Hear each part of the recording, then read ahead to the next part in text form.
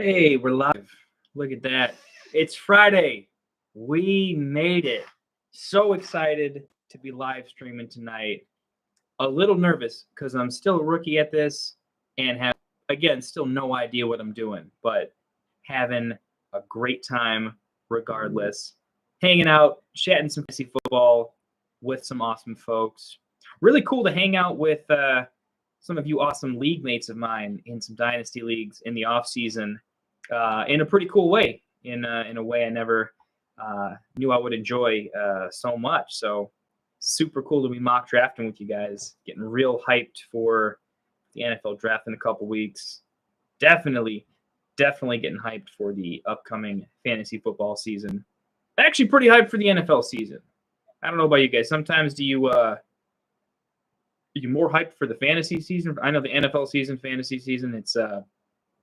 It's all still football, right? But I feel like sometimes I'm like honestly more excited about the fantasy season than I am the NFL season. You know, I talked to a few friends about what's going on in the NFL, but really love the dynamic conversation, the hot takes, the winners, the losers, the competition that we get to have in the fantasy football arena in our various leagues.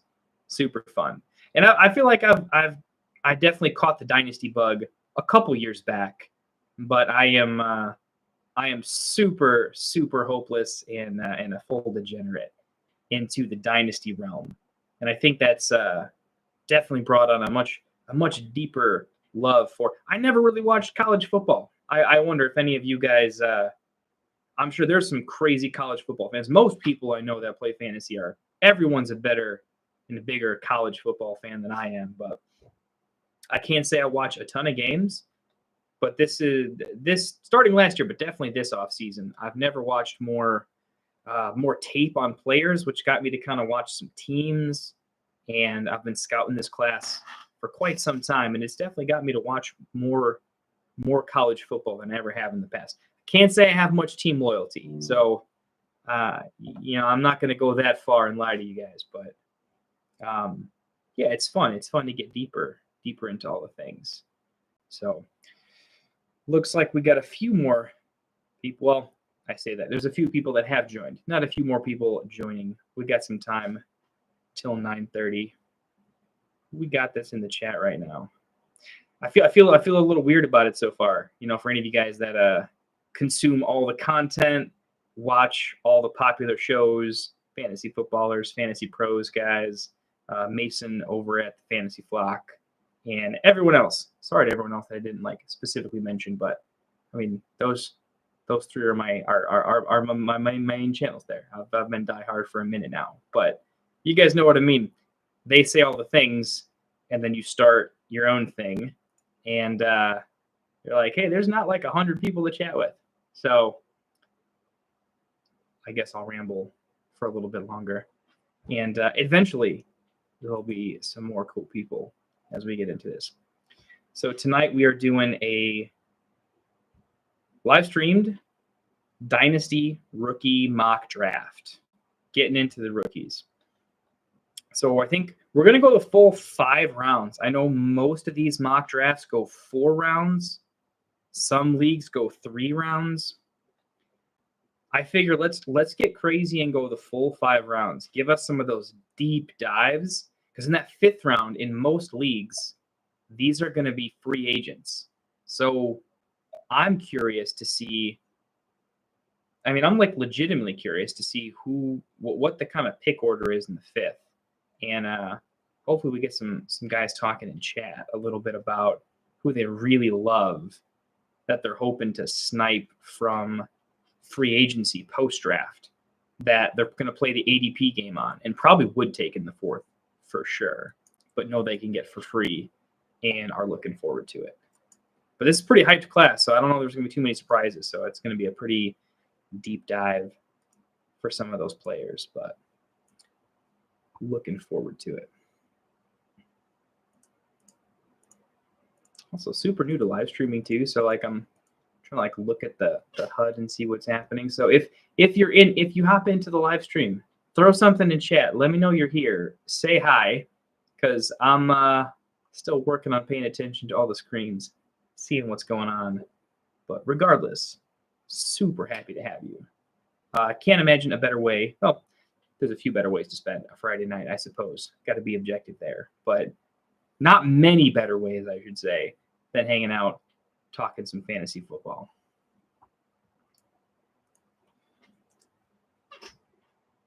Guess I'll take a quick peek at the ADP here. Maybe give away some of the picks I'm looking for, but I guess while we got to chat before we get to 9:30, and also anyone who's viewing, which isn't many of you, but I guess I'll type here in the sleeper chat since not everyone is joining the live stream. Let's see, burning questions or thinking debates. Should ramble about while we're waiting. Anyone else have the impulse to, you got to kind of say what you're typing as you type it? I feel like a very old man for doing that, but I'm doing it right now. But hopefully, as we pick up a little bit more steam, get some more people, the questions, the topics will just flow, and we get to ramble on what you guys actually want me to ramble about. So hopefully that'll be fun. Anyone in the draft that wants me to ramble about something, I just popped a question there, but let me know what you ramble about. I'm gonna look at I think it's interesting. I find it super fun to draft on Sleeper at this time of year because, no offense, I love Sleeper. I love what they're all about. Sleeper folks that are watching, hey, maybe, throw me a sponsorship. I know I suck right now, but we'll get there eventually. I think it's fun that Sleeper ADP is very wild, wild west and all over the place at this time of year. So you can't just play the chalk and just look at who's the next best available, because it might be, by the time an actual draft comes from, might be just a god awful pick. So you really have to look at the board, use your own brain, and make a call. Lucas, my man, thank you. Thank you. Actually, let's ask any of you guys.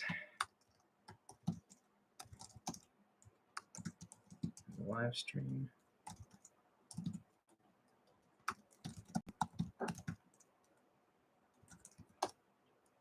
Hibachi, my man. And what a player. What a player to throw out. So I was watching the if you guys like there, and I didn't mention it in my big three, but if any of you guys watch the ETR, the established, the run guys, they're definitely known for being super sharp when it comes to DFS. And I'd say they're pretty sharp they're definitely sharp on rankings Dynasty. Across the board, they're sharp. But their takes usually come from being high-end analysts and analytics when it comes to like best ball drafts. They've got some championship winners, some multimillionaires created from DFS and that style of things. But that still means they just crush drafts because of their analytical sort of thinking. They brought someone on last week, so check them out. And they did a pretty deep dive into like their top 17. And for them, the top 17 were like day one picks, basically. These are all, first, second round wide receivers for the most part. I think just the first 2 rounds. They established 17 guys that are just going to be real key. That's why 17 is such a weird number. I was super high on Xavier. I don't even know how to pronounce his name. I do research. I don't even research the actual player and who they are. I feel like I'm such a fantasy nerd that I just don't care how to pronounce everyone's name. So I'm probably going to piss some people off. But we'll just call him Leggett. I'll go back and forth. I was bullish on him because his comp was like mini DK Metcalf.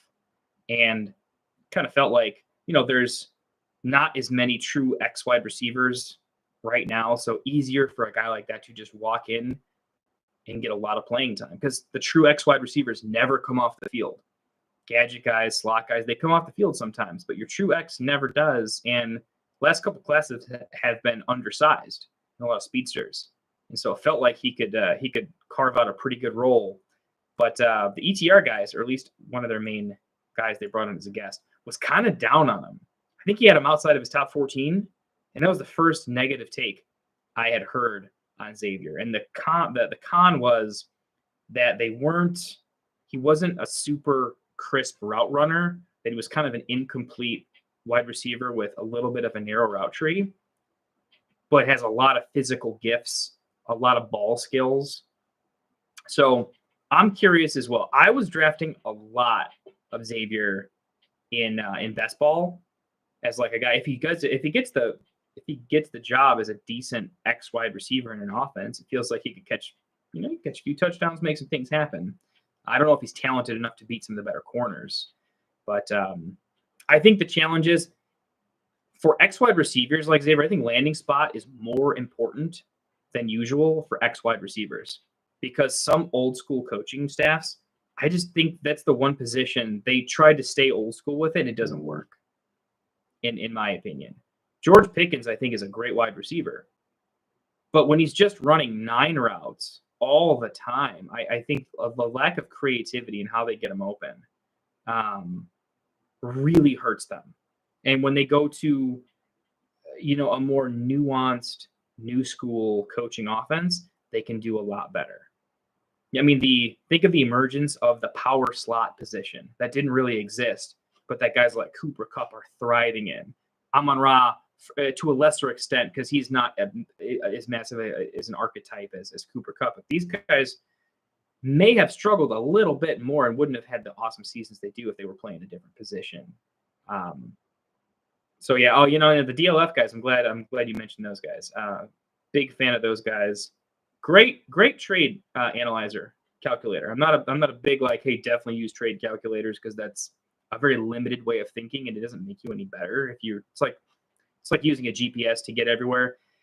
You just get dumber the more you use it, but it is a good litmus test sometimes, and I do like their rankings. I think they're pretty sharp. So that's good to hear multiple sources kind of say. Totally agree. Landing spot is going to be important for him. I still like him. I mean, I feel like the upside for a person like that, for Xavier, is pretty good. He's a guy, I would consider him a slight faller for me, because I was high on him because I liked his comp. But I'm going to trust the sources. I haven't scouted him enough. I'm going to trust the sources and say, if he's in a range of players I like, I'm going to take some other players in the range. Let's see where he's at in the rankings. Let's see who I like or dislike around him. So, and maybe we'll just stick to I got overall ADP. I can't narrow just by position, I don't think. So he is going off the board right on this ADP, and this ADP is not great, right? He's going off at it says the 204, but relatively, if you scroll on the board, you see the range. Trying to stick to just wide receivers, but I definitely like Coleman and Roman Wilson more than him. I want to say in the rankings they had Xavier ahead of Coleman in that ETR YouTube video that I was watching in their podcast. I think I like Jalen Polk more. I think he's probably close to Des Walker. I like Malachi Corley more. I think I like Ricky Pearsall more. He's rising a lot in people's boards. I like the comp. I like that Malachi Corley has a Deebo Samuel comp, and if he works out, I think his ceiling is pretty insane. Ricky Pearsall, very different type of wide receiver, but and not a type of wide receiver I think I should overdraft, because everyone overdrafts the speedsters, but I'm liking them a little bit better. These are guys that I think I would seriously consider reaching down the board for, and I think maybe the upside of, if it's in similar range, limited tight end room, I think maybe take a chance on Jatavian if it's a good landing spot. Marshawn Lloyd, Jalen Wright just behind him. I like this wide receiver class. I'm going to not overdraft the running backs out of scarcity. And I think the running back class in 25 is going to be a little bit better. So I'm not going to overdraft these rookies. Do like me some Braylon Allen at 20 years old, though. So I guess Xavier's in this weird spot of there's a bunch of running backs around him on this particular board. But maybe if I were to pull up, let me just do Fantasy Pros rankings. Like they're relatively chalky because it's expert consensus ranking, right? It's kind of an averaged. They have him at 23rd overall for the rookies, wide receiver 12. They have him just behind Roman Wilson at 11, Ricky Pearsall at 10, Keon Coleman at 9, just ahead of Jalen Polk at 13, Malachi Corley at 14. So maybe I won't draft a lot of Leggett because I do like Corley above him. So I've reached down the board for him. He's close to Jalen Polk for me, probably a landing spot flip. But I'd probably take Leggett over. I mean, Roman Wilson's close. I haven't scouted him a lot, but people like him more than me, people I trust. And I definitely like Pearsall and Coleman for the high end. So yeah, Leggett maybe is someone I'm falling on. What about you? What else you got? You're active in the chat. What else should we ramble on? Not that I won't ramble on Leggett a bunch more, but wonder what else we should jabber about. And we got 10 minutes. If you guys want to throw some throw it out to your league mates, throw it out to your friends, throw an invite out here. Obviously, we're far from a full draft. Looks like people have much better things to do this Friday night. I don't have a huge network. I'm only in about 20 leagues. I think about 8 Dynasty leagues. I'll probably jump into a billion more this year just so I meet more people that I can fill these mocks in the off season. Pop this on some of the Discord stuff for fantasy pros and whatnot. But honestly, I'm a little new to Discord and not an expert on it yet. So don't have a massive network yet. But if you guys want to throw the invites out to whomever you'd like, definitely feel free to get it out. If no one joins, screw it. We will still mock. We still got a few folks in here. We'll snipe each other. And these rookie mocks don't take very long. So, we can always run a couple of them. We can randomize the draft spots a little bit. I'll throw a poll out after we do 1 or 2 of these. And if you guys want to do a different type of format, whatever's popular, we'll go ahead and run that. And if people can join later on, maybe the time difference is a thing and some people can't join until later. I'm good to go for probably another 2-3 hours or so. So yeah, I'm down to hang out for most of the night. We'll check our settings too, see what our pick clock is. I got the pick clock at 30 seconds, so we can get more drafts. It's a little crazy. I'll definitely tell you as I'm doing the live streaming thing. 30-second pick clocks are crazy, but it's really valuable. It really forces you to just have to do a billion mock drafts, so you're just on full autopilot and know your pick order, know who you like over other folks. Definitely makes you better. So I would, if there's one thing I've learned this offseason, it is definitely that if you want to really push to be a better drafter, do your mock drafts in 30-second pick clocks. I think you should do some drafts where you give yourself infinite time to think through your process. That's important early. But as you get pretty familiar with your board and your rankings, set your clock down to 30 seconds. I think for those drafts where I think most commonly it's 2-minute pick clocks, but for those leagues that maybe they want to shorten it to 1:30, I think there's a huge, huge edge when you're practicing at 30 seconds. Your brain's just working at a different speed. Let's see what's Bergie saying. Love to have you in the live stream, Bergie. Thank you very much. Only got your phone tonight. You know what? It's all good, man.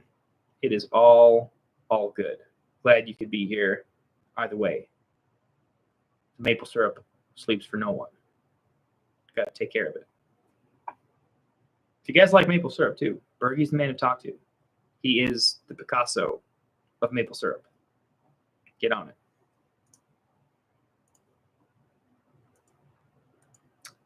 So what else? Purely rookies. I feel like this is one of the first rookie. I don't do a lot of rookie drafts pre-landing spot. I do a couple just to like get familiar with the board.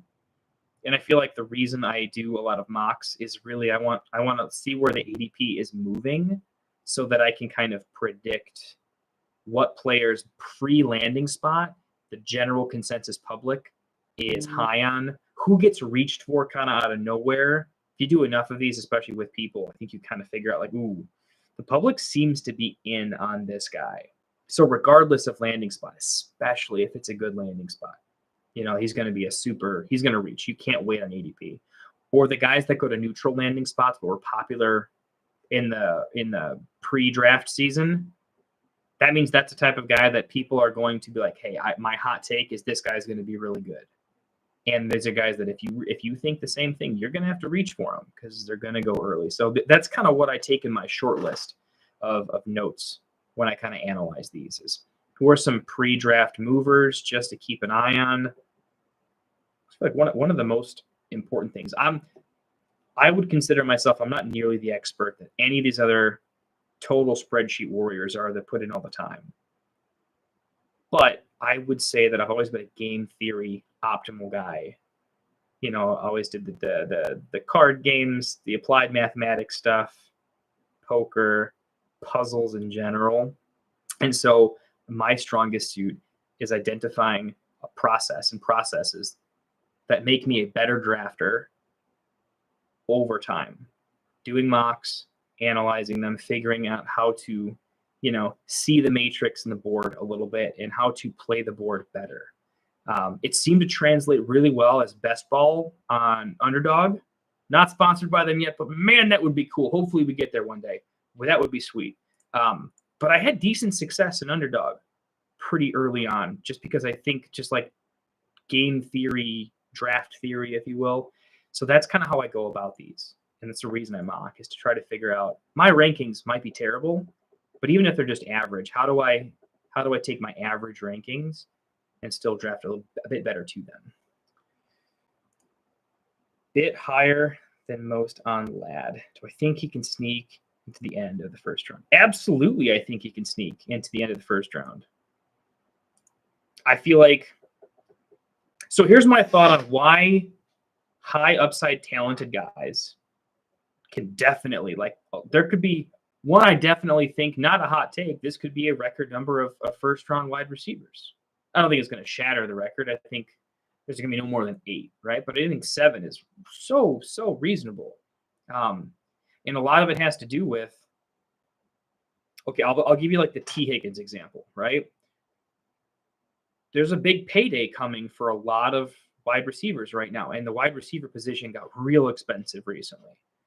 With the rules of the game, it's more important to have a key wide receiver and a strong wide receiver class, a true alpha wide receiver one. And they're expensive now.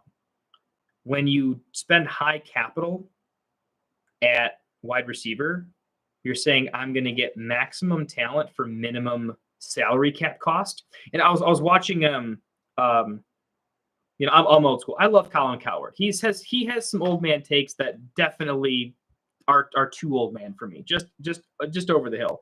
But I do love that he looks at the NFL like a business person. I'm in sales. I like business myself. I love looking at the NFL as an example of a big business that's really successful and how they operate, how these individual teams operate. And the idea is, we're talking where does Brock Bowers go?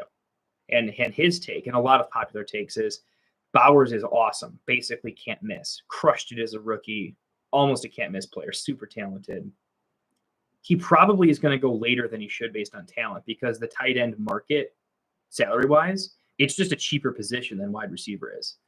So apples to apples, you should take a wide receiver over Brock Bowers, even if you think Bowers is better on your big board, because you're saving money as a team.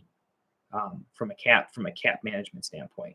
So I mentioned T. Higgins. T. Higgins is going to have to get paid, right? He's going to have to get paid a lot of money. Well, there's a bunch of I think Dynasty rankings here, right? There's a bunch of these, late round 1, early round 2 wide receivers on the board. Compare them to T. Higgins talent-wise, and it's kind of close. T is great, but he's like that example of he's good. ... pause. I mean, he's not legendary. He's not amazing. He's just good. He's just solid. He's talented. He's good. Who says some of these guys aren't going to be more successful? Probably. I mean, odds say that many are. But he's going to get a huge payday. Let me take a crazier example. I mean, Calvin Ridley. My goodness, dude. Good for you. Got the bag. 29, turning 30, getting paid about $100 million. I mean, oh my goodness. That's the market for wide receiver right now. You're telling me that Brian Thomas Jr., Xavier Worthy, Ladd. Yeah, I mean, Troy Franklin, okay, sure. He's skinny, right? He doesn't weigh a whole lot.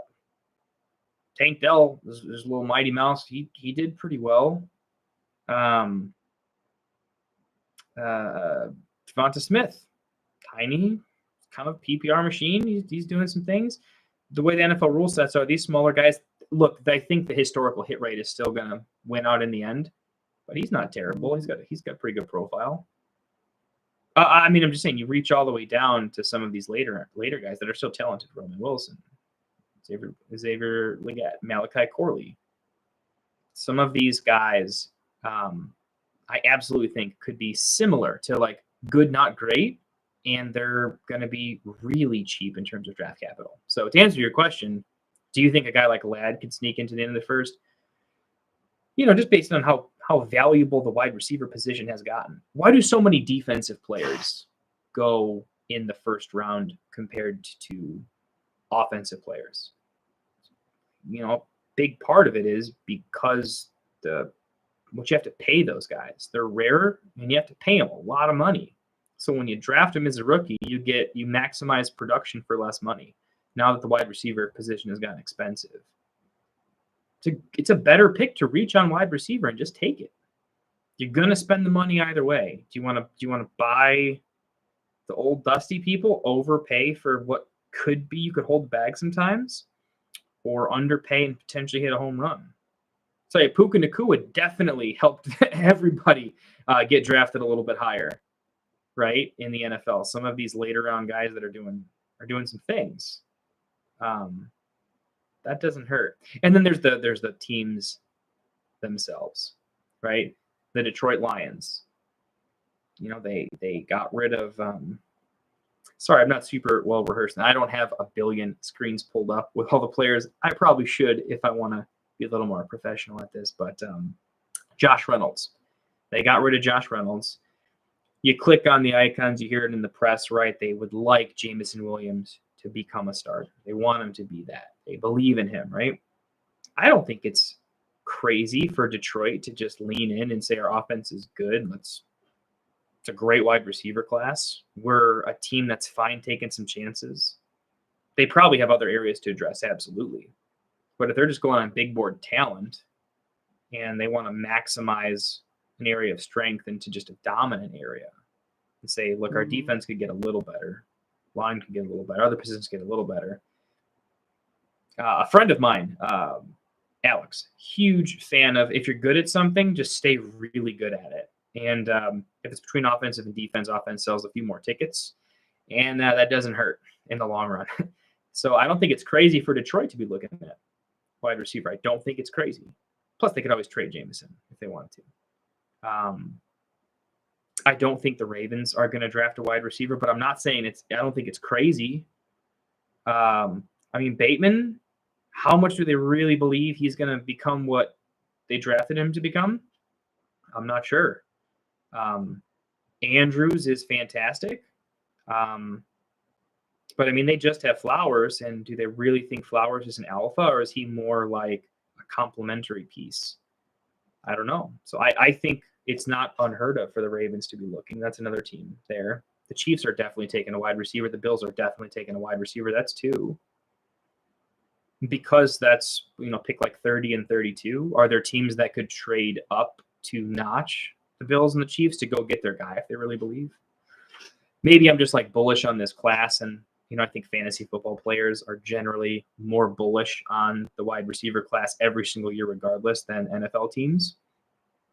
I'm probably overly biased, but I'm rising a lot on Ladd. That ETR video that I talked about, which I think if you're a Ladd fan and you want to make yourself feel good, go watch that video. Go watch some of the tape on Ladd. What they were saying is his culmination of tape is he is just a natural wide receiver. He plays the position naturally with natural talent, has great feel. It's like he can feel the players around him, and he gets these extra yards after the catch without being crazy lightning. I mean, he is quick, but he doesn't seem to win with just being faster. He seems to win on feel in these really nuanced ways. Kind of reminds me of how Cooper Kupp has really nice moves, really nice breaks, really clean. Ladd, you watch the tape, it's he's just an NFL wide receiver. He seems to have a higher NFL IQ than some of the people on the field. And I think he's a guy that he can get even better as he learns the NFL. So yeah, I'm rising on Ladd. I know I think he's a type of player that he could just be Hunter Renfrow though. But I don't believe it. I think he's going to be better. personally. And his name's Ladd McConkey. Who doesn't want to root for a guy named Ladd McConkey? He's definitely not getting buried on a depth chart because every coach is at least going to know who he is. Sometimes you're gifted with a name that everybody knows. Trouble with Ladd is I think he's going to get way overdrafted. Way overdrafted. People are on Ladd. Brocal, 44. Welcome to the mock draft, my man. Love to see you. Definitely check out the live stream if you would like. I think we got 2 people watching the live stream. I don't really know. I'm not really looking good at analyzing who's here in the live stream and who's not, but hopefully hop on in.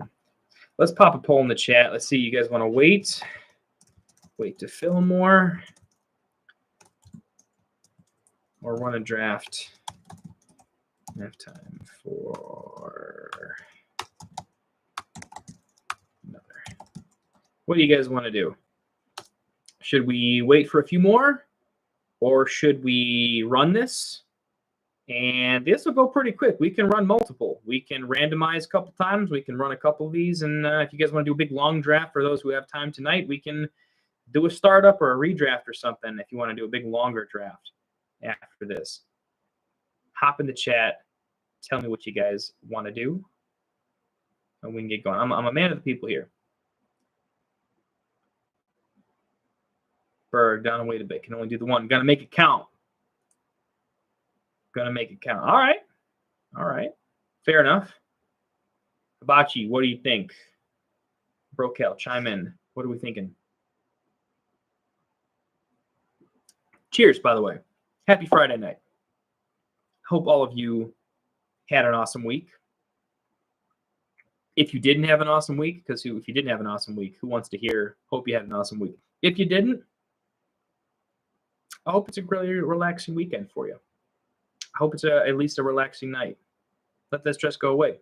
I'll do my best and do my part to let the terrible week fade away as quickly as possible. Talk about something much more enjoyable.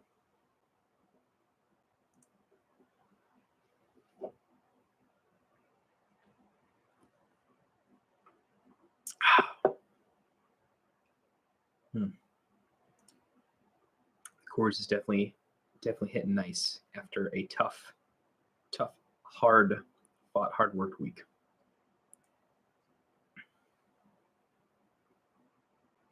I hear you on that, Hibachi. I totally hear you.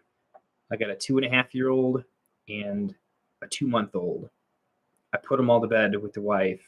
I come down to do this, and then my 2.5-year-old for sure knows that Dad is not going to put him back to sleep until after we're done live streaming.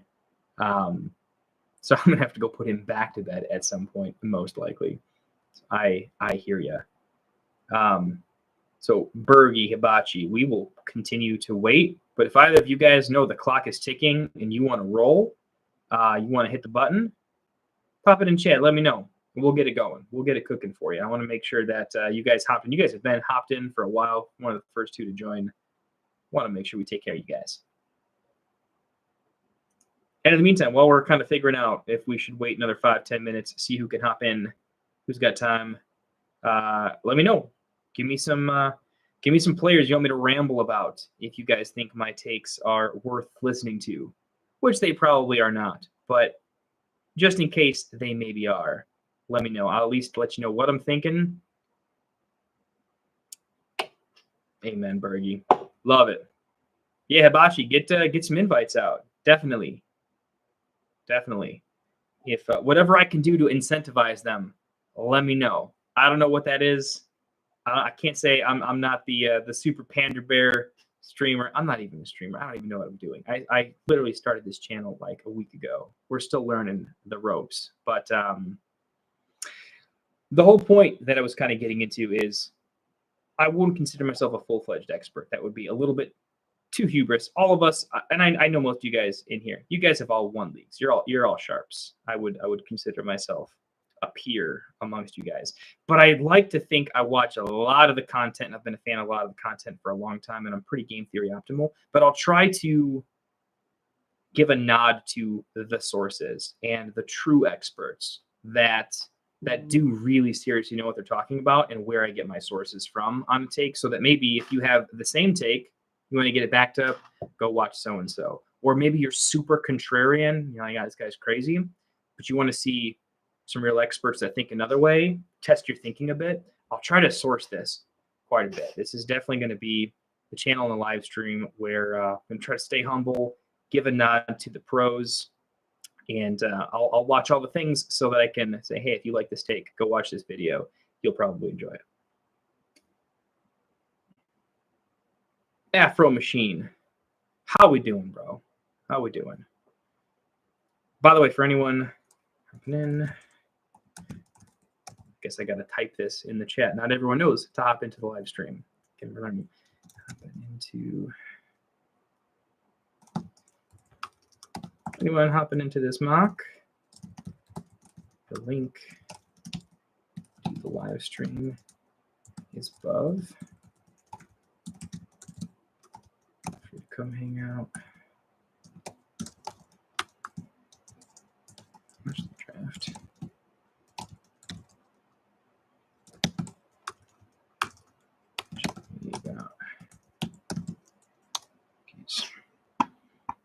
Yep, if you're just hopping in, definitely hop in the live stream.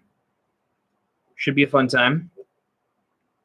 It's definitely more entertaining for me. I hope it's more entertaining for you because you can throw out questions, topics, comments. I'll try to source some really nice videos that support or oppose your particular hot or medium take, player you're rising on, player you're falling on. And I'll give you what I'm seeing in my mocks, my live mocks with other folks. What I'm seeing in the community, things of that nature. And I need to practice some more. So cool to have you. Love the ability to interact with you guys in a cool, more interesting way. Cheers again. Happy Friday night. What are some of the hot topics? All right, so I'll list just a couple. We've got Neighbors getting a little bit of shade in the media. High maintenance. Will he gel with a coaching staff? Will he earn the trust of his quarterback? Is he going to have some Stephon Diggs vibes where he's a little bit of a greasy wheel, throw me the ball? I think most of us think it's all smoke. I mean, we're running out of things to talk about. I'd love to hear if anyone's actually if you were a super truther on Rome of Dunes being a can do it all guy and can also just be the alpha 95% snap share, never leaves the field because he is the X wide receiver. I've seen some people go O'Dunes over Neighbors. I mean, landing spots aside, right? Landing spots probably the tiebreaker there, right? But I'm curious, see if anyone's falling on Neighbors. Seems like Jaden Daniels is like for almost cemented from the fantasy community, cemented above May. And the real NFL mock drafts, seems like people are calling Drake May a little bit of a project, and Jaden Daniels is just more of a sure thing. And rookie quarterbacks, it really helps if you got some wheels. Doesn't hurt. The recent success of everyone with wheels. Richardson, Hurts, Jordan Love's got some athleticism to him, all doing well. All with questionable arm talent to some degree, at least in the draft process. So I think people rising on Daniels. Bowers versus BTJ. I'll be the first one to say BTJ, he's a faller for me. I can't wait for an excuse not to take him. He needs a dream landing spot for me. I do not love his route tree. He's kind of similar to why I was out on Jalen Hyatt. It was an offense that just ran so many vertical routes. And I'll give it to you. I mean, BTJ destroyed the combine. He is really a physical freak. That term gets thrown around too much. It's a little too spicy to call 6 different players physical freaks. Relatively, they can't all be physical freaks, right? But, I mean, he's top tier physically. He has real, actual burner top-end speed without being a midget. That's probably a little harsh. Sorry, don't cancel me. We're having a drink. It's Friday night. Didn't mean that. But you know what I'm saying. He's got top-end speed, and he's not tinier like Troy, So do I think he can succeed in those 9 routes? Yeah. Have I seen other guys of his prototype that just get stuck running too many 9s and can't have a balanced route tree and have great ball skills with the hands to be dynamic? I'm very willing to let somebody else take BTJ and to take someone else that I think has a better spot. So BTJ for me is probably a faller. I've been trading either up or out of that spot where he's kind of going in general. So maybe that's my hot take. And Adonai, not really spicy, but I think the spicy take is Xavier Worthy. You're either all in or all out. Adonai doesn't really have a spicy take. Troy Franklin, I think some people, no one's crazy bullish on him, but I think some people are way out on the prototype. Lad's getting steamed up. How early will he go in this mock? I'm interested. I'm seeing him consistently go in the first round of 12 teams, like very consistently, probably 80-90% of the time, which I think is spicy because that means he is consistently beating out Troy and one of Adonai or Worthy almost every time, which is a little spicy. Blake Corum jumping up.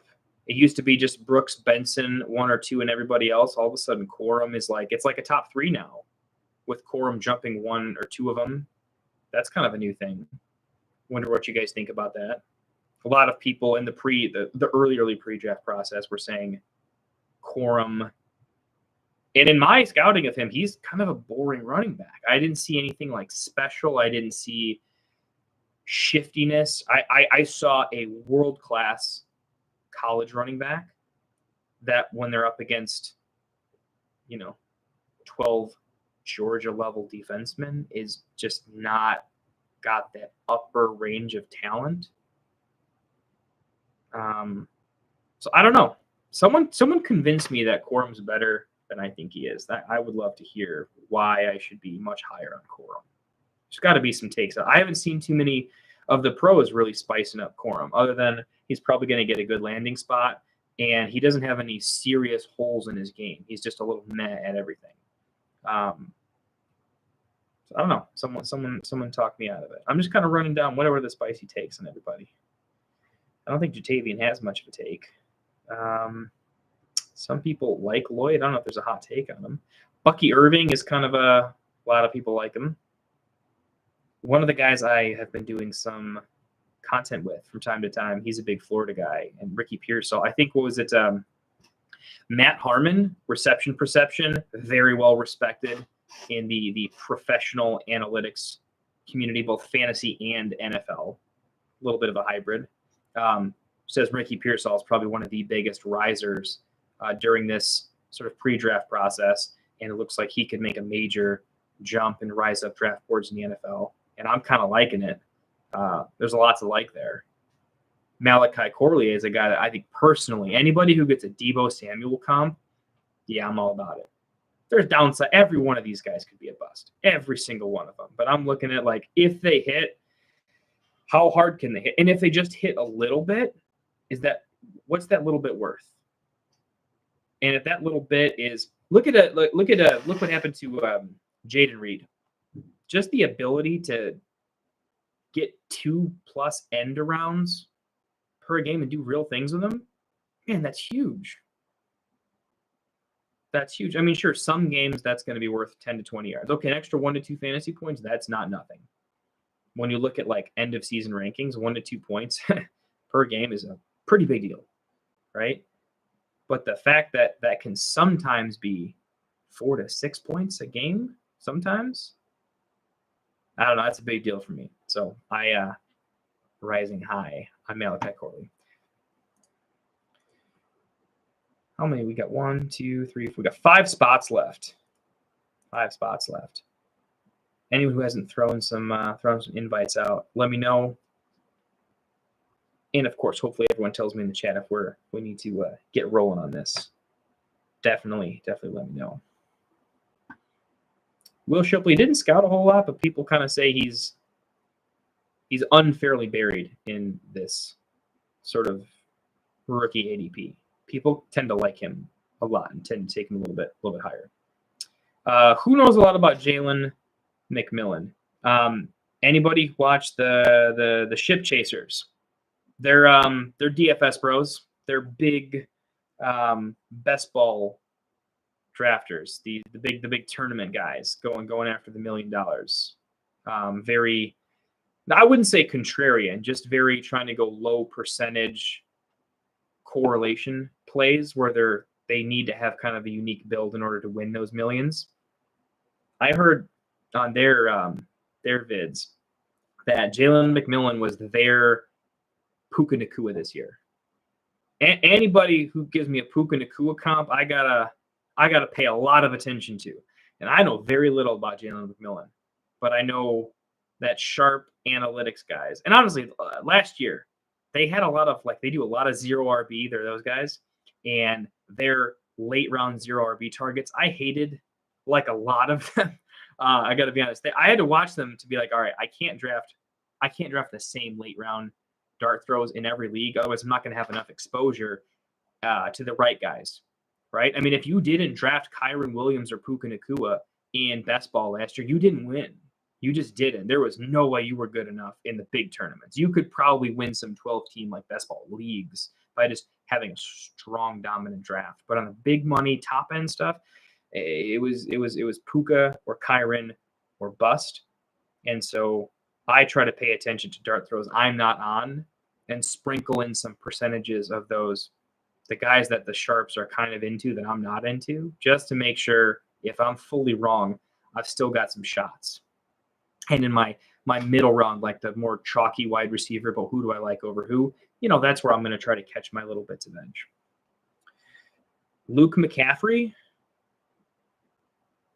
Honestly, I don't know much about him. If his last name wasn't McCaffrey, he'd be off our boards, right? He's a converted player, late breakout, older breakout.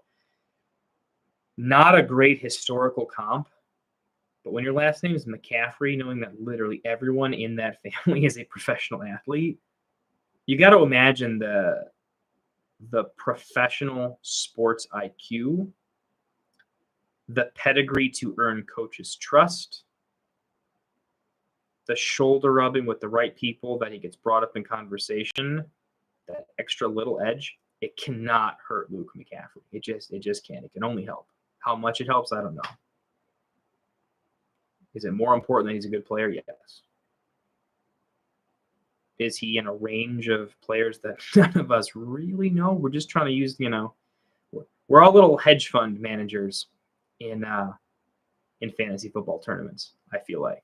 We all have access to basically the same information, especially nowadays. If any of you guys really played higher stakes fantasy football 10 years ago, especially in Dynasty, a lot different. If you paid attention, had the news apps, paid attention to the beat reports, watched the sharp content when it was rarer to find, you had a big edge. Nowadays, it's all free. Everyone's got it. So I don't know. I'm curious. I'm curious to see where I should be taking Luke McCaffrey. Do I do any underdog best ball? Yes. Lots. Lots and lots and lots. And I plan on doing even more. What do I do on underdog best ball? So it's one of my favorite methods in addition to doing lots of live mock drafts, which I'm only doing more of now. I can't say I do lots of live mock drafts because I just started streaming. I just started doing YouTube and I'm terrible at it. I don't know what I'm doing. I can't edit videos. So I don't. My production quality is just going to be terrible. And I'm going to try really hard not to screw up too bad.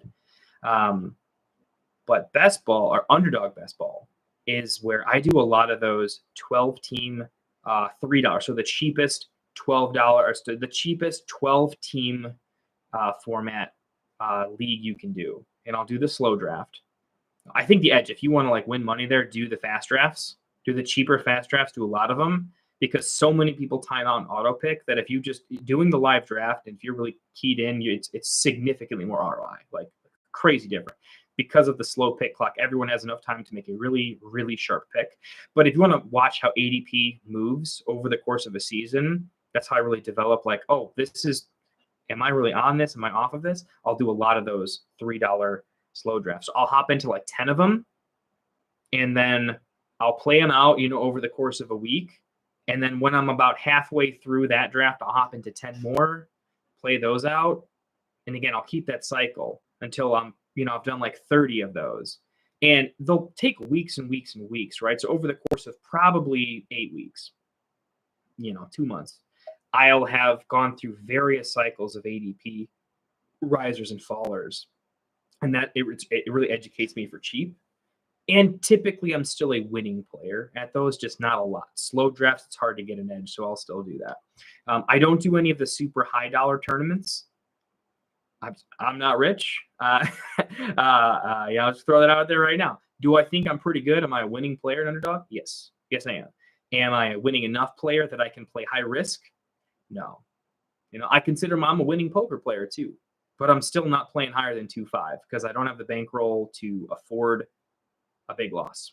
That's why I don't do any of the big stuff. So I'll go up to the the Best Ball Mania, your $25 stuff. I don't go into 50 or hundreds though. I'll try to throw in at least maybe 5 to 10 entries in Best Ball Mania. I tend to hedge harder on doing the fast draft leagues. That's where I'm most profitable.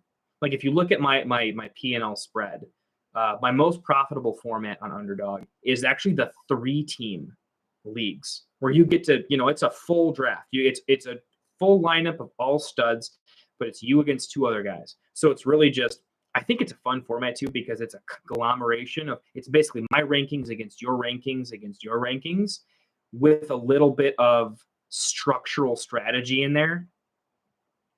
There's some snipes on individual close picks, but there's a little bit of everyone's going to have all the stud tight ends. But like last year, it was really the difference between, if you had Andrews, huge loser, you had Kelsey, not bad. If you had Laporta, McBride, and that kind of a thing, or at running back, right? If you took McCaffrey, you won. If you took Justin Jefferson, you lost. So there was these pockets of ranking debates in 3-team. I just crushed. I was high on McCaffrey. I was high on Tyreek.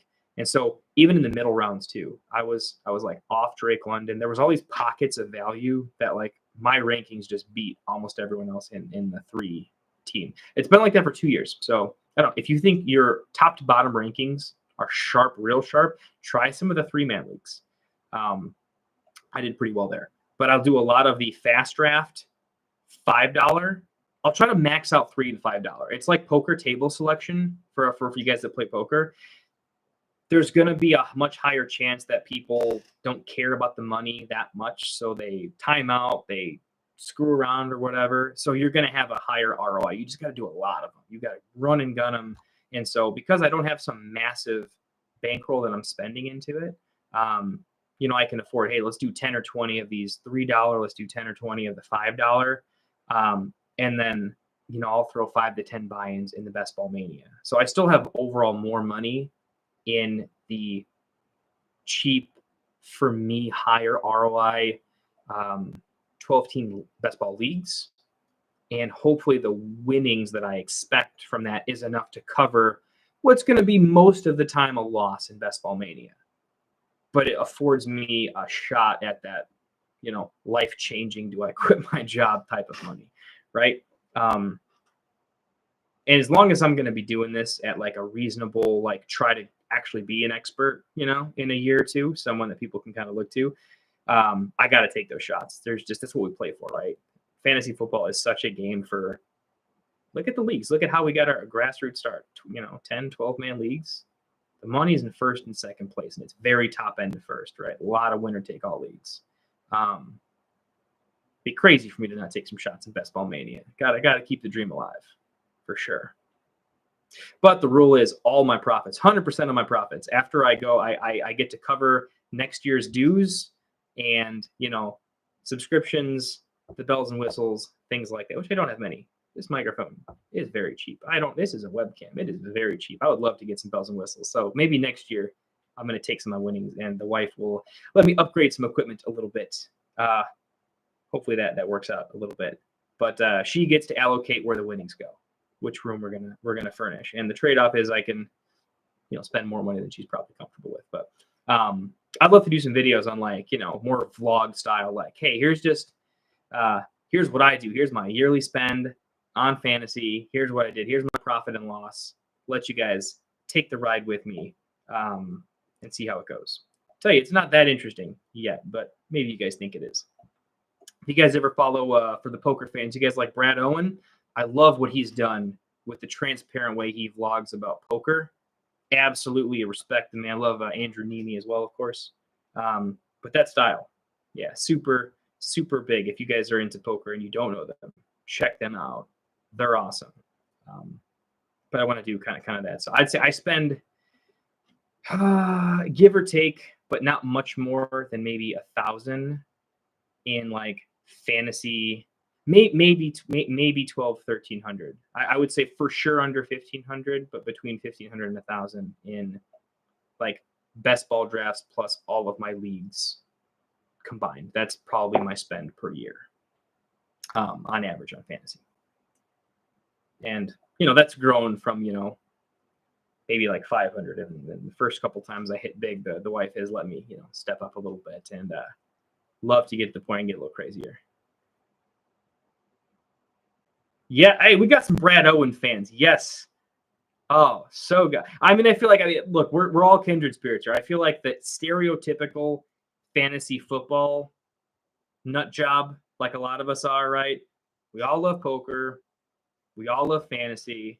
We all probably grew up, and if it was like the World Poker Tour was ever on, it's always on super late at night at some random channel. Like, yeah, throwing that on for sure.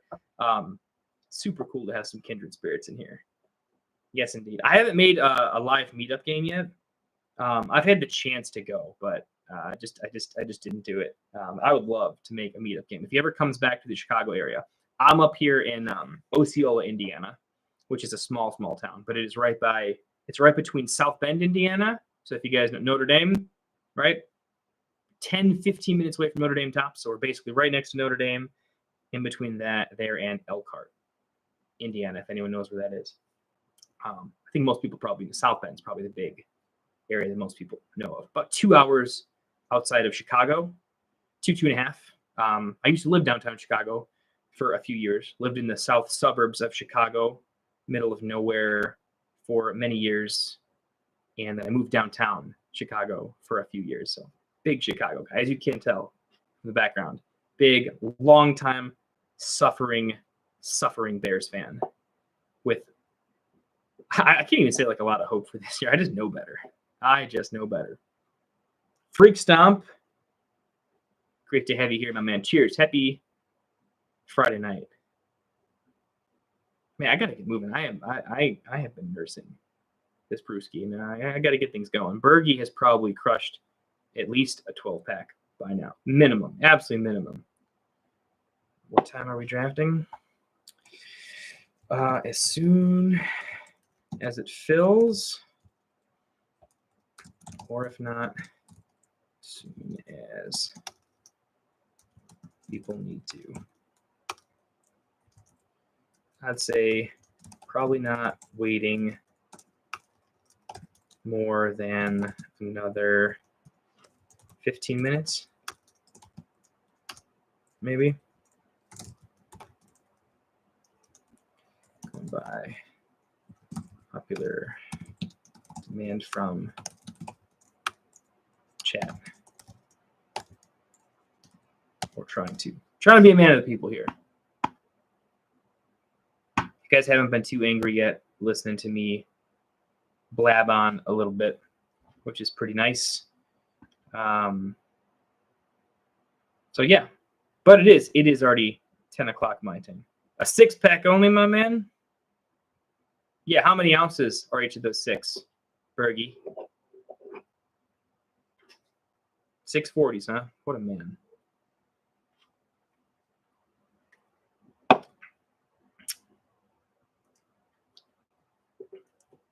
Also, love some feedback. I'm not some marketing genius. I don't know what I'm doing. I tried to come up with a cool name for the channel. Ended up with the Fantasy Football Tavern because I wanted to just hang out with a bunch of dudes at a virtual bar, so to speak, and just talk fantasy football. not be too crazy, not be too serious. Definitely not consider myself an expert. And so that's what I landed with, but I'm not sure I'm in love with it. But I'm also pretty insecure because I'm on camera at this point as a non-expert. So if you guys have a cool name for the channel, I've considered changing it. If anyone has just like a really dope sounding name, so feel free to throw that out. Anyway, maybe we'll wait about 10 more minutes or so. I'm getting anxious. I want to get into drafting for sure. And I'm running out of things to talk about. I've probably already run out of them. But I'll try to get into some more topics. Hibachi. Bergie, someone throw me out. We got a couple more minutes until we get this draft started. And definitely throw out some more invites if you can. But what else should we jab around about? Give me a player we should talk about. It doesn't have to be related to rookies. Hopefully it's rookies. We're doing a rookie draft. But Dynasty Startup is pretty hot right now. There's some players steamed up. We could talk about Drake London, how spicy he is. We could talk about that entire offense. We could talk about Packers wide receivers. We could talk about Bears wide receivers. I think actually got some notes from one of our first or second. I think our first live streamed Dynasty mock draft. I didn't live stream it. We did it. It was just chat only. I didn't have a live stream key yet. Some interesting takes for me were, if you're in the middle picks in a Dynasty startup, and I guess this affects Dynasty value in general. That's why I like doing Dynasty startups, because I think it helps the group as a whole understand Dynasty trade value. And the difference between trade value post-draft and how roster construction and positional values affect the trade market versus a startup. So in like picks 5, 6, and 7, those middle three, relatively speaking, picks, second round, it's kind of a decision between, do you take a quarterback or do you take Puka Nacua, Garrett Wilson, maybe Marv? Marv's been going before then. Or do you take your Jordan Love, Kyler Murray, Caleb Wilson? It's kind of a, what position do you take here? I thought that was kind of fascinating. Curious to hear what you guys take. I kind of went deep on this in my analysis. My current thought is that when push comes to shove, when it's close, I feel like in real money, real-time drafts, in the later rounds, as it gets later, people are always going to feel scarcity at quarterback. If it's close, they're always going to reach a little bit and just draft quarterback. So I tend to, even if I think that Puka or Garrett Wilson is objectively more valuable on the trade market, so like post-draft, I could get more profit if I drafted such and such here. I think Puka Garrett has more value than Jordan Love, Kyler Murray, maybe Caleb Williams.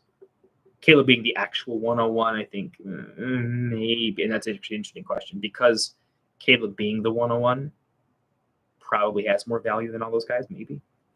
But I tend to lean quarterback there, because I feel like in the subsequent 5, 6 rounds, quarterbacks will generally get drafted as a tiebreaker higher, and I will be able to capitalize on whatever value I think I'm objectively giving up at wide receiver there.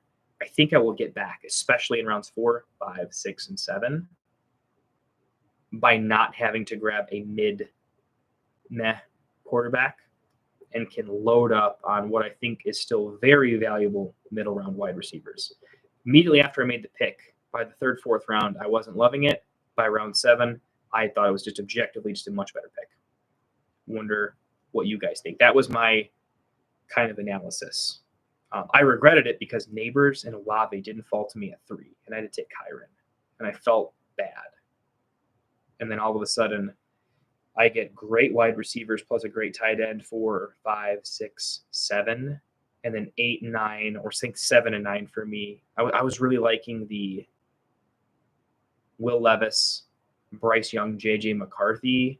I think they're going to all increase in value generally as a bet.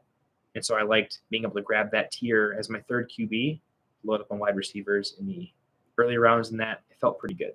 So that was my mid-round 2 dilemma, the 2 of 7 for me specifically. Second thing went deep on, and this is do a lot of mocks, and then for me, I want to do a mock with really sharp people, and then figure out what strategies should I try out to specifically analyze, like try it and then go against it from the same draft spot, and try to figure out the pros and cons from how the board plays out situation. And so here's the dilemma, right? Do you try, and I think for where ADP is currently, this only really applies to pick 9 through 12, specifically probably 10 through 12, but late picks, is do you kind of force yourself into grabbing a super high-end top 3-4 running back, because you will then have to potentially take 2, 3, 4 less shots at later round 0 RB style running backs, with the thought that I have my RB1 locked up for 5 years minimum, just locked in. Brees, Gibbs, Bijan, just locked. All I need to do to get to be a contending standpoint, obviously this takes away, like, you can always solve your problems in the trade market. If you draft for value, you can always solve in the trade market for the most part, right? But let's take that away. Let's just nail our draft. If I just nail one super solid, super young, great running back, I just have to solve RB2, which means I don't have to draft a crap ton of running backs to try and hit. I don't have to take all the rookies, maybe just a couple. And because I'm going to take less shots at RB, I'm going to take more shots at wide receivers later on. Ultimately, because of how the hit rates work, is that just a better investment? Maybe the third point is actually just don't even worry about solving RB in the draft at all. Only solve it in the draft. Literally, you could leave your draft with 2 running backs and have them be RB3s or worse, and it just doesn't matter. You'll solve it through trading. I'm going to test that out too. I'm going to I probably will do a draft where I just completely punt RB unless it falls to me, and maybe end with this team isn't even barely legal to start, but come week 2 or 3, where the wide receivers that I've drafted, how many of them I've drafted, are valued, I'll be able to buy, the Joe Mixons of the world, maybe go grab a cheap, Jalen Warren, grab Sharps or something, just, kind of guys to fill in that if they don't have a major step up in the first couple of games, you can probably get, reasonably cheap. That's kind of the 3 strategies there. I was loving the way my drafts came out by taking a Brees or a Gibbs or a Bijan, particularly taking quarterback 1, Brees, Gibbs 2, and then not taking another running back until probably the 10th or 12th round. I liked the way that felt. So curious. All right, 1, 2, 4 slots left. Crack to Heineken, ready whenever. Love to hear it. I'm going to say 2 more minutes. 2 more minutes and we go.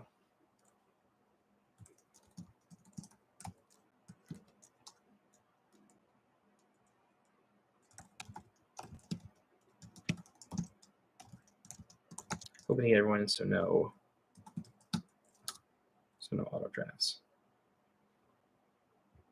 Yeah, because I'm seeing. I'm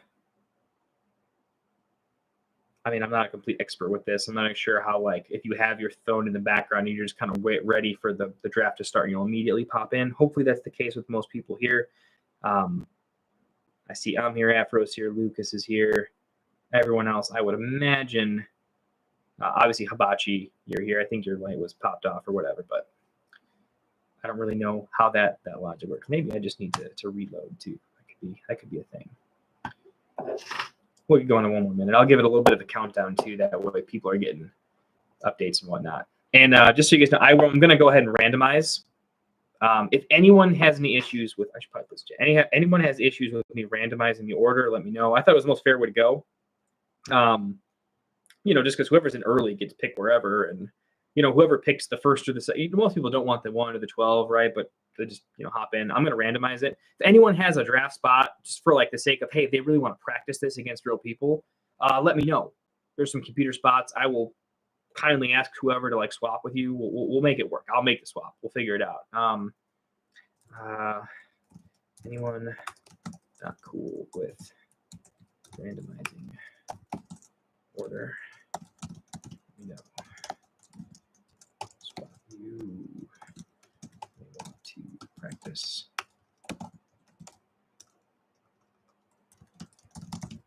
To swap you in. I have to crack my probably crack my second beer and then we'll go. So we're gonna finish this one and get going. Give it a minute for people to answer the questions and we'll get going. Super excited. Also, by the way, what is this ADP? And this is a 2 quarterback ADP setup, clearly, as you can see from Sleeper. And Marvin Harrison is the 101, not Caleb. Interesting. That's spicy. I'm super curious what y'all think about that. Is that even remotely reasonable? No.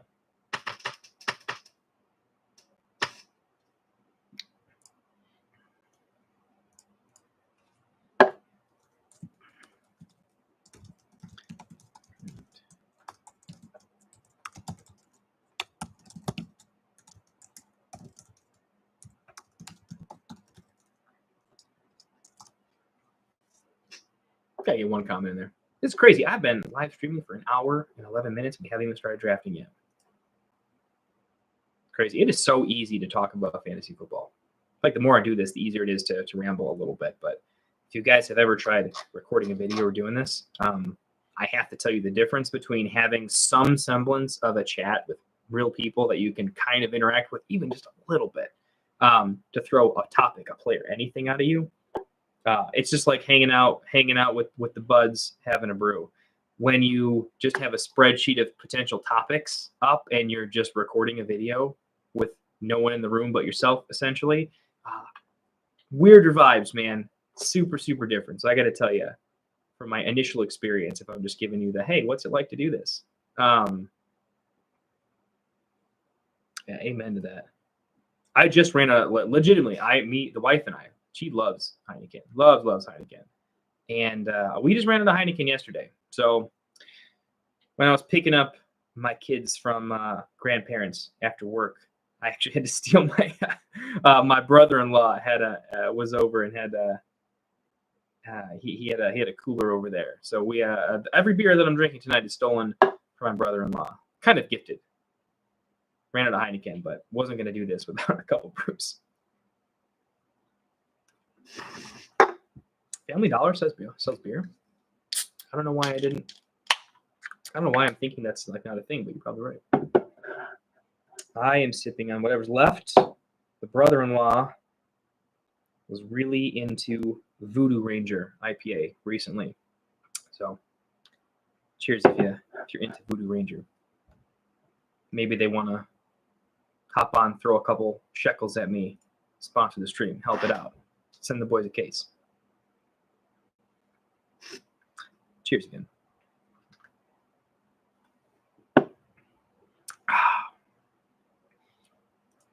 All right. I'm going to get a countdown going. Actually, I'm not going to get a countdown going. Sorry. I'm going to randomize the draft order. Then we're going to get a countdown going. How about that?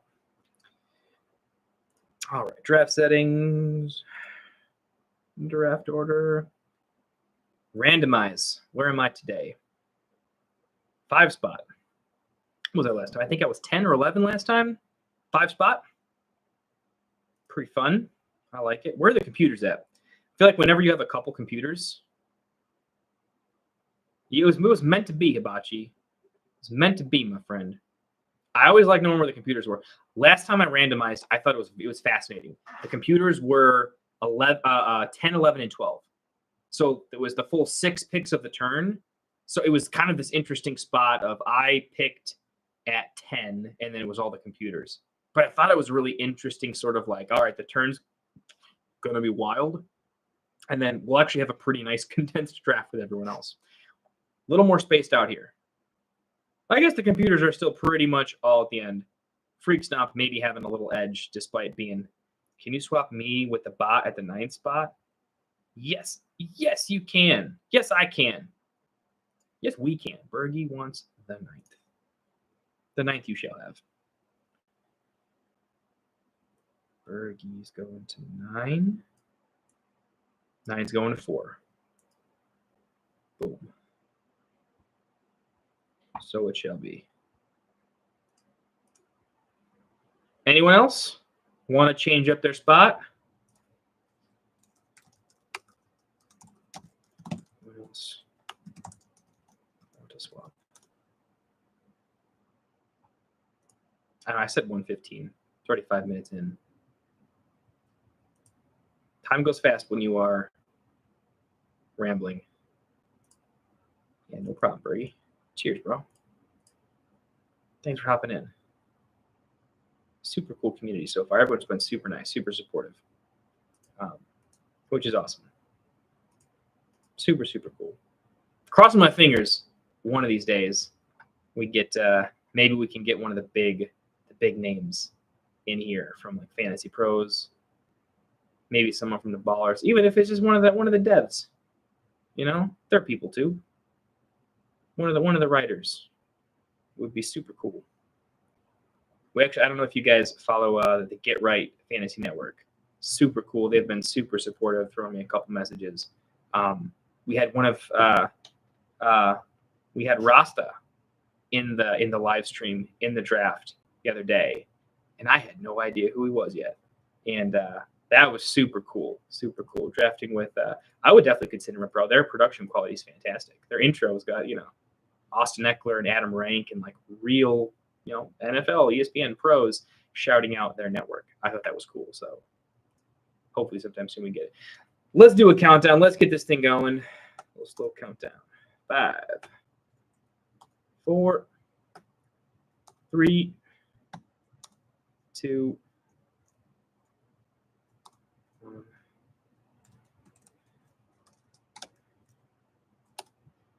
There I go. Guys, 30-second pick clock, by the way. We are going to go quick. Let's move.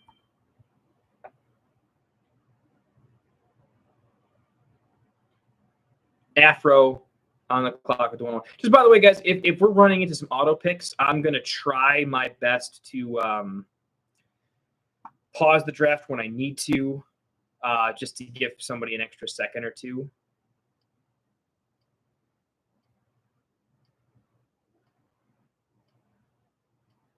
Afro. Appreciate that, Hibachi. I'm actually going to pause it here just a real quick sec. Sorry, fake start. Wanted to make sure the 101. I mean, I feel like if he's not here, I'm switching it to Caleb. Lucas, as much as I know you would love to have Caleb with the 102, I'm sure you would. I don't know how realistic that is, though. I apologize. I'm going to have to keep to ADP if it's like a pretty crazy thing. I'll give him another minute or two. I don't know how big of a difference that's going to make. Hibachi, how do you know Afro? Is it just because we're in a league together? I think both of us are in the league together. I mean, I know we're in a league, and I think it's the same league as Afro. But always curious to know like who actually knows each other and who just like met in leagues in the forums. That's kind of cool. Or like if they actually know each other in real life. That's super rare these days, but fun when it happens. Since I'm like right next to Notre Dame, I'm trying really hard this year to get some Notre Dame football players into these mocks. A couple of them are going to get drafted. It would be super fun. It's not going to happen right away, but imagine if we had Estime in this draft, before he was a draft pick, right? How cool would that be? What if I was starting this years ago, how cool would it be to have Kyron in a draft one time before Kyron became Kyron? I think that would be super cool. I actually get to work with Notre Dame occasionally. They're a client from time to time. And so hopefully we get some Notre Dame folk in here eventually. And look at that. Been friends since middle school. Have known each other for 15 years. Super cool. Still playing fantasy football together. Gotta love it. So who won? You've probably been playing fantasy football together for a long time. I would imagine there's some more home leagues, local leagues, doing the online thing, ESPN and whatnot before Sleeper was around and the main thing. Who won more? Who was the better baller between you guys growing up? Curious. And Hibachi, if you can let me know if it ain't happening, if Afro's not getting back to you, we're gonna have to get it moving. I'm gonna try to give it another minute because I feel like once he hops in, the rest of us are pretty good to go. But we're probably, maybe I can catch him at the 201. We're probably gonna have to get going here for the sake of trying to be a man of all the people. And by the way, don't feel like you're annoying anybody. If you're like, hey guys, limited time, can we go ahead and get this going? Please let me know. Everyone else might not care. You might be the one person that actually has the time constraint, and I'd feel horrible if we were delaying this, just because. So feel free to let us know. By the way, who's all in the live stream? Who's all watching the live stream? Let me know. Throw something in chat if you're in the live stream. I would love to know who's watching.